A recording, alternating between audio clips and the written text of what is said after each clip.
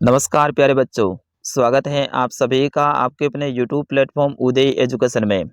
प्यारे बच्चों, आज के इस वीडियो में लेके आया हूँ 8वीं बोर्ड परीक्षा 2024 की दृष्टि से इम्पोर्टेंट कक्षा 8 का गणित विषय का पेपर, जो कि आपके आने वाले बोर्ड एग्जाम और वार्षिक परीक्षा की दृष्टि से अति महत्वपूर्ण रहने वाला है। और आप सभी विद्यार्थियों के लिए ये पेपर है ना, ये वरदान साबित होने वाला है, क्योंकि ये पूरा पेपर मैं फुल सॉल्यूशन के साथ में लेकर आया हूँ। प्रत्येक प्रश्न का आपको उत्तर भी बताऊंगा और ये सारे के सारे प्रश्न आपके एग्जाम में सपने वाले प्रश्न हैं। तो बिल्कुल इस वीडियो को आप अंत तक देखिएगा, वीडियो को लाइक और आपके फ्रेंड तक इसको शेयर करना है, ताकि आपके फ्रेंड को भी फायदा हो सके। विद्यार्थियों, आप सभी से निवेदन रहेगा, वीडियो जितना भी लंबा हो आप पूरा वॉच कीजिएगा, पूरा अंत तक देखिएगा। सारे के सारे प्रश्नों को आपको समझना है। गणित में आप समझोगे तभी आप अच्छे से हल कर पाओगे और अच्छे से अंक प्राप्त कर पाओगे। तो आप इस वीडियो को पूरा जरूर देखिएगा। साथ ही मेरी मेहनत के लिए आप वीडियो को लाइक और चैनल तो आपका अपना है, तो चैनल को भी सब्सक्राइब कर लीजिएगा। देखिए, सामान्य निर्देश है, उनको अच्छे से आप पढ़ लीजिएगा। अपन डायरेक्ट चलेंगे पहले प्रश्न की ओर। पहला प्रश्न, -2/9 व 3/6 का गुणा करने पर उत्तर प्राप्त होता है। यानी आपको इन संख्याओं का गुणा करना है और गुणा करने के बाद में सही उत्तर है वो क्या प्राप्त होता है। तो विद्यार्थियों, इसका सही आंसर क्या होगा? अपना ऑप्शन नंबर द रहेगा -1/9। यानी इनका अपन गुणा करेंगे तो अपने सामने सही उत्तर निकल के क्या आएगा? 1/2, वो भी माइनस का, ठीक है ना।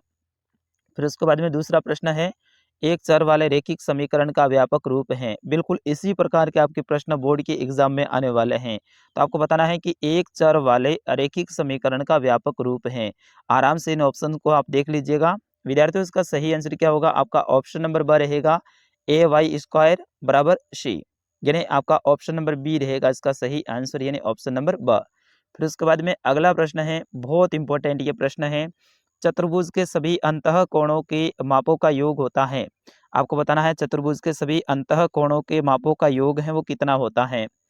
तो विद्यार्थियों, इसका सही आंसर होगा 360 डिग्री। कितना होता है? 360 डिग्री। तो आपको ये ध्यान रखना है, ऐसा प्रश्न आए कि चतुर्भुज के सभी अंतः कोणों के मापों का योग कितना होता है, तो 360 डिग्री होता है। विद्यार्थियों, आपको भूलना नहीं है।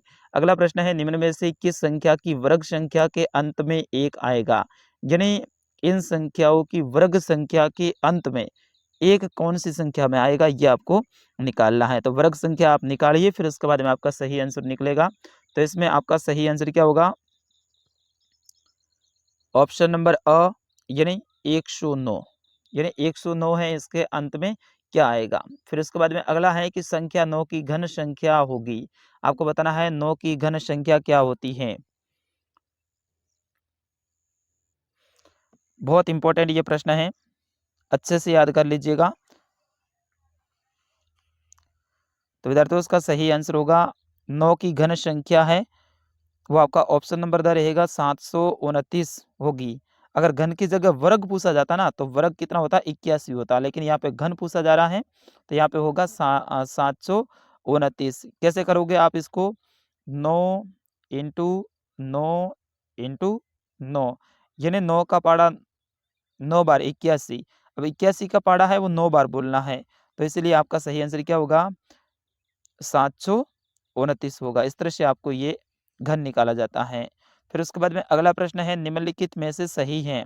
आपको बताना है इनमें से सही क्या है। बट्टा बराबर अंकित मूल्य प्लस विक्रय मूल्य, बट्टा बराबर अंकित मूल्य माइनस विक्रय मूल्य, बट्टा बराबर अंकित मूल्य प्लस क्रय मूल्य, बट्टा बराबर अंकित मूल्य माइनस क्रय मूल्य। तो इसका सही आंसर क्या होगा विद्यार्थियों? ऑप्शन नंबर ब रहेगा बट्टा बराबर अंकित मूल्य माइनस विक्रय मूल्य। ठीक है ना, इस तरह से ये आपका ऑप्शन नंबर ब रहेगा इसमें सही। अगला प्रश्न है, निम्नलिखित में से कौन सा द्विपक्षीय व्यंजक है। आपको बताना है इनमें से कौन सा द्विपक्षीय व्यंजक है। बहुत इंपॉर्टेंट ये प्रश्न है विद्यार्थियों। तो 5 - 3xy, यानी ऑप्शन नंबर ब रहेगा इसका सही आंसर। अगला प्रश्न है, 4⁻9 × 4⁻3 का घातांक रूप है। इसमें घातांक रूप आपको लिखना है, तो ये बिल्कुल इंपॉर्टेंट प्रश्न है। इसका सही आंसर होगा आपका ऑप्शन नंबर स 4⁻12। कितनी? इनको जोड़ देना है। इन्हें देखो, दोनों ही 4 हैं, तो इन 4 को कॉमन ले लो कोष्टक में, और इन घात है इनको आपस में जोड़ दो। 9 और 3 कितने होते हैं? 12। तो 4⁻12। इस तरह से ऐसे प्रश्नों को आपको हल करना है। फिर उसके बाद में अगला प्रश्न है, प्रश्न संख्या 9। निम्नलिखित में गुणन के अंतर्गत उपयोग किए गए गुणधर्म का नाम लिखिए। यानी इसमें कौन सा गुणधर्म है वो उपयोग में किया गया है, उनका नाम लिखना। देखिए -13/17 इंटू कोष्टक -2/7 कोष्टक बंद बराबर -2/7 इंटू कोष्टक फिर 13/17 कोष्टक। तो इसमें है ना कौन सा जो आपका गुणधर्म है उसका यूज हुआ है, तो इसमें हुआ है गुणन की क्रम विनिमयता। जो गुणधर्म है वो कौन सा, क्रम विनिमेयता, ये जो गुणधर्म है ना ये यूज हुआ है। फिर उसके बाद में अगला प्रश्न है प्रश्न संख्या 10, समीकरण 2x/3 + 1 बराबर 7x/15 + 3 को हल कीजिए। इसको हल करना है तो इसमें देखो दिया गया है, आपको क्या लिखना है, दिया गया है 2x/3 + 1 बराबर 7x/15 + 3, ये तो दिया गया है। अब इसको हल कैसे करोगे, कोष्टक लेना है, बड़ा वाला कोष्टक लेना है। फिर उसके बाद में 2x + 1 यानी जो ये वाला प्लस है ना इसको कोष्टक के अंदर ही लेना है, ठीक है ना, +1/3 इंटू यहाँ पे देखो 15 दे रखा है ना, तो आप 15 कर दो इंटू 15 बराबर 7x/15 + 3 इंटू 15, इस तरह से दो बार कर दो इसको। फिर उसके बाद में दोनों पक्षों का 15 से गुणा करने पे, यानी दोनों पक्षों को क्या करना, 15 से गुणा करना है। अब गुणा करने के बाद में क्या आएगा, 10x + 15 बराबर 7x + 15। इस तरह से आप इसको आराम से हल करोगे तो लास्ट में इसका जो उत्तर है ना वो निकल के आपके लिए आएगा x बराबर 10, ठीक है ना, लास्ट में उत्तर आएगा x बराबर 10। फिर उसके बाद में अगला प्रश्न है प्रश्न संख्या 11, निम्नलिखित संख्याओं में से प्रत्येक के घन के इकाई अंक ज्ञात कीजिए, यानी इनके इकाई अंक ज्ञात करना है। जैसे कि पहली संख्या है 8888, कौन सी है, 8888, ठीक है।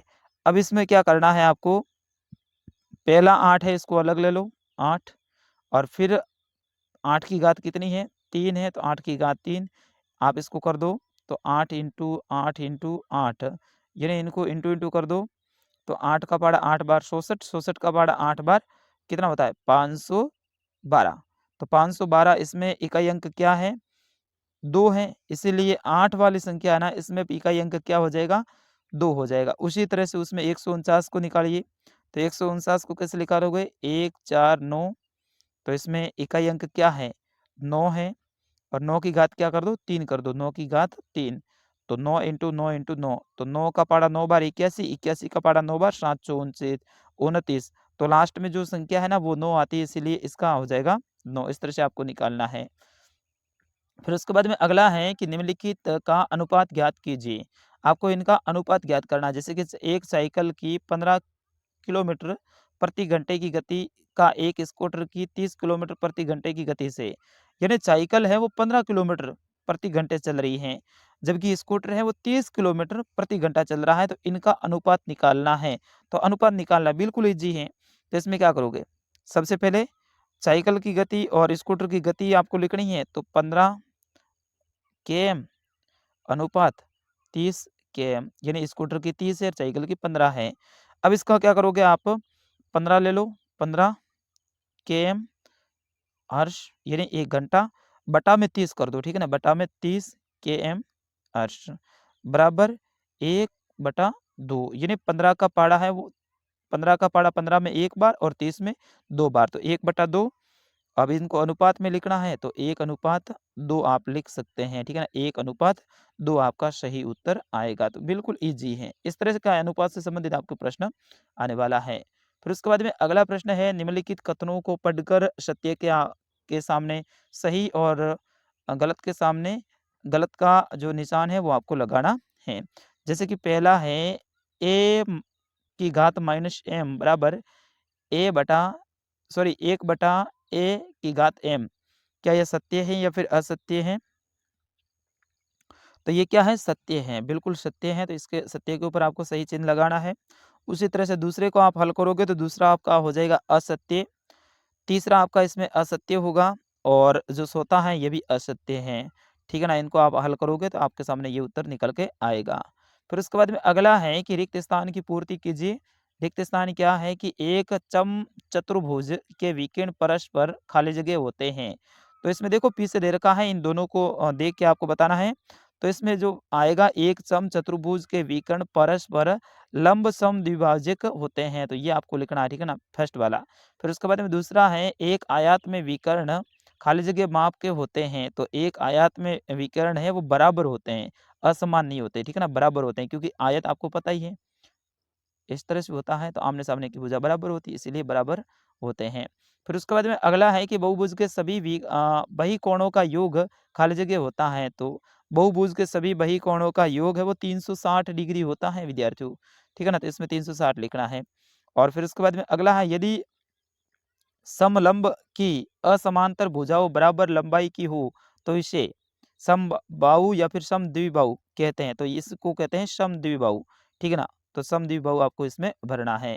फिर उसके बाद में 15वां प्रश्न है, खंड अ को खंड ब से मिलान करना है। तो इसको मिलान करेंगे आप, पहले में आपका ऑप्शन 4 रहेगा, फिर उसके बाद में दूसरा है इसमें ऑप्शन 1 रहेगा, और तीसरा है इसमें आपका ऑप्शन 3 रहेगा, और चौथे में आपका ऑप्शन 2 रहेगा। इस तरह से आपको इसमें मिलान करना है। फिर उसके बाद में अगला है कि इन प्रयोगों में आप जो परिणाम देख सकते हैं उन्हें लिखिए। ये देखिए A B C D A, ठीक है, इस तरह से हैं। तो पहिए को घुमाना, तो पहिए को घुमाओगे तो क्या परिणाम आएगा आपके सामने, वो आपको लिखना है। और दूसरा है कि दो सिक्के को एक साथ उछालने पे क्या आएगा, वो आपको लिखना है, ठीक है ना। तो ये बिल्कुल आपके लिए इजी है, इनको है ना आप हल करोगे। जैसे कि पहिए को घुमाने से प्राप्त क्या परिणाम होंगे, ए बी सी डी, यानी पहिए को घुमाओगे तो ए भी प्राप्त हो सकता है, बी भी हो सकता है, सी भी और डी भी हो सकता है। उसी तरह से जब दो छिक्के उछालते हैं तो इनसे जो प्राप्त परिणाम है वो क्या होता है, H H, H T, T H और टी टी, यानी एच एस का मतलब है हेड, हेड, ठीक है। फिर उसके बाद में एच टी का मतलब होता है हेड टेल। फिर उसके बाद में अगला आ सकता है टेल और हेड, फिर टेल और टेल आ सकता है, ठीक है ना, दो सिक्के आप उछाल रहे हो इसीलिए, तो इस तरह से आप इसमें लिख सकते हैं। फिर उसके बाद में 17वां प्रश्न देखते हैं, बहुत बहुत इंपॉर्टेंट ये प्रश्न है विद्यार्थियों, इसी तरह का आपके प्रश्न आने वाला है। जैसे कि अभाज्य गुणनखंड विधि से 441 का वर्गमूल ज्ञात कीजिए। तो अभाज्य गुणनखंड से 441 का करना है, तो पहले क्या करोगे, आप इसका गुणनखंड निकालोगे, ठीक है ना, वर्गमूल निकालोगे, ठीक है। तो इसमें आपको 441 में आपके 2 का तो नहीं जाता है, इसमें जाएगा 3 का, ठीक है ना, 3 का दे दो तो जाएगा 147 बार, ठीक है ना, 147, तो इसमें 147 लिख दो। 147 में वापस से 2 का नहीं जाएगा, 3 का ही जाएगा, तो 147 में 3 का है वो 49 बार जाता है, और 49 में आपको पता है 3 का जाता नहीं है, 5 का जाता नहीं है, 4 का जाता नहीं है, तो सीधा जाता है 7 का। तो 7 का 49 में 7 बार जाएगा, और 7 में 7 का 1 बार जाएगा। अतः अपने पास में क्या निकल के आया, 3 इंटू 3 इंटू 7 इंटू 7। अब इनको कैसे करोगे, 441 है तो आप लिख दो रूट 441 बराबर 3 इंटू 7 बराबर, इसका सही उत्तर क्या होगा, 21। तो इसका सही आंसर निकल के क्या आएगा, 21 आएगा, ठीक है ना। फिर उसके बाद में अगला प्रश्न है, प्रश्न संख्या 18, एक समबहुभुज की भुजाओं की संख्या ज्ञात कीजिए यदि इसके प्रत्येक अंतःकोण 165 डिग्री का है। तो इसको आपको ज्ञात करना है, तो इसको आराम से कर लेना क्योंकि बड़ा प्रश्न है। फिर उसके बाद में अगला प्रश्न है, 5% वार्षिक दर से 15,000 रुपये का 2 वर्ष के अंत में ब्याज और भुगतान की जाने वाली कुल राशि है वो आपको ज्ञात करनी है। तो आपको पता है कि 5% दर से कितने हजार दिया है, 15,000 दिए हैं।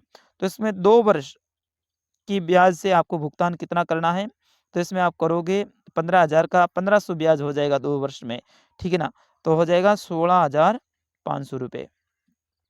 फिर उसके बाद में अगला प्रश्न है, प्रश्न संख्या 20, यदि 15 श्रमिक किसी दीवार को 48 घंटे में निर्मित कर सकते हैं, इसी कार्य को 30 घंटे में पूरा करने के लिए कितने श्रमिकों की आवश्यकता होती है। 15 श्रमिक हैं यानी 15 मजदूर हैं, वो एक दीवार को 48 घंटे यानी 2 दिन में पूरा करते हैं। तो आपको लिखना है कि 30 घंटे में कितने मजदूर लगाएंगे तब ये दीवार जल्दी से पूरी हो जाएगी। तो इसको भी आप हल करोगे तो इसमें आपका जो घंटा है वो निकल के आपके सामने उत्तर आएगा 24 व्यक्ति, ठीक है ना? 24 व्यक्ति हैं, उसको आप लगाओगे तो वो 38 घंटे में काम कर देंगे। फिर उसके बाद में अगला प्रश्न है प्रश्न संख्या 21, समीकरण x/2 माइनस 1/5 बराबर x/3 प्लस 1/4 को हल कीजिए और अपने उत्तर की जांच कीजिए। तो इनको हल करना है, लघुत्तम समापत्ति भी आपको निकालना है और आराम से इसको आप हल करोगे तो आपके सामने जो उत्तर आएगा वो क्या आएगा 27/10। फिर उसके बाद में अगला प्रश्न है निम्नलिखित सूचना को दर्शाने वाला एक पाई चार्ट बनाना। तो पाई चार्ट आपको अच्छे से याद कर लेना है। और फिर उसके बाद में अगला है निम्नलिखित व्यंजकों के गुणनखंड लिखिए, इनके गुणनखंड आपको लिखना है जैसे कि 7x minus 42, 6p minus 12p sorry Q, और फिर उसके बाद में 7a² प्लस 14a और माइनस 16z प्लस 20z³ यानी इन है ना समीकरणों को अच्छे से आप पासबुक से याद कर लेना। इसी टाइप के आपके आने वाले हैं पक्का 101%। अगर ऐसे नहीं आता तो इस प्रकार के आएंगे। ये एम वाला ये थोड़ा सा टेढ़ा है, लेकिन इनको अच्छे से आप याद कर लीजिएगा। फिर उसके बाद में अगला प्रश्न है प्रश्न संख्या 24, निम्नलिखित को हल कीजिए, इनको हल करना है। और फिर उसके बाद में 25वां प्रश्न है उपयुक्त पैमानों का प्रयोग करते हुए निम्न तालिका में दी गई राशियों के आलेख बनाइए, इनका आलेख बनाना है, ठीक है ना। तो विद्यार्थियों ये था गणित का पेपर, पूरा पेपर मैंने आपको समझा दिया अच्छे से। इसी प्रकार का आपके पेपर आने वाला है। अगला पेपर कौन से विषय का चाहिए आप जरूर कमेंट करके बताइए।